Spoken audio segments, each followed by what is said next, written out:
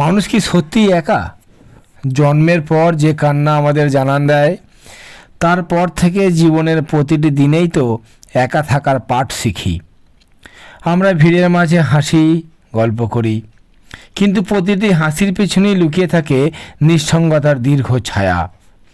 কিছু মানুষ নিজেকে গুটিয়ে নেয়, একা থাকার ভান করে।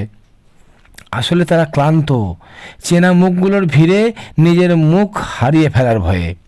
আবার কিছু মানুষকে ঠেলে দেওয়া হয় একাকিত্বের দিকে।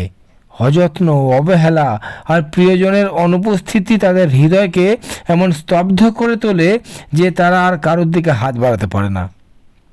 জীবন তো একটা মঞ্চ, যেখানে আমরা সবাই অতিথি চরিত্র, কেউ স্থায়ী নয়।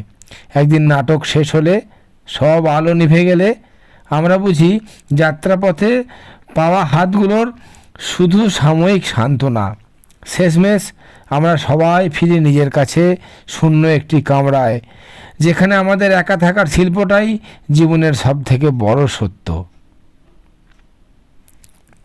কবির নাম মাহবুব সারদার সবুজ, কবিতার নাম একা থাকার শিল্প।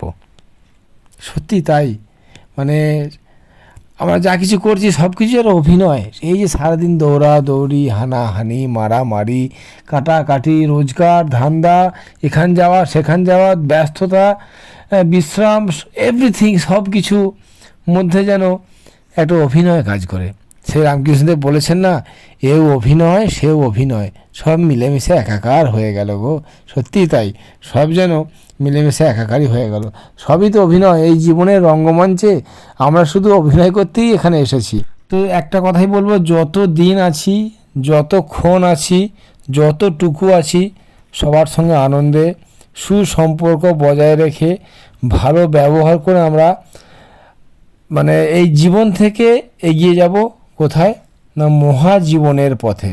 আমাদের প্রত্যেকের একটা সুন্দর উদ্দেশ্য হোক, আমরা জীবন থেকে মহাজীবনের পথে এগিয়ে যাব।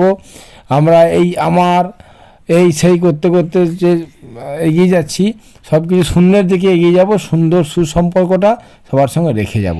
ভালো থাকবেন।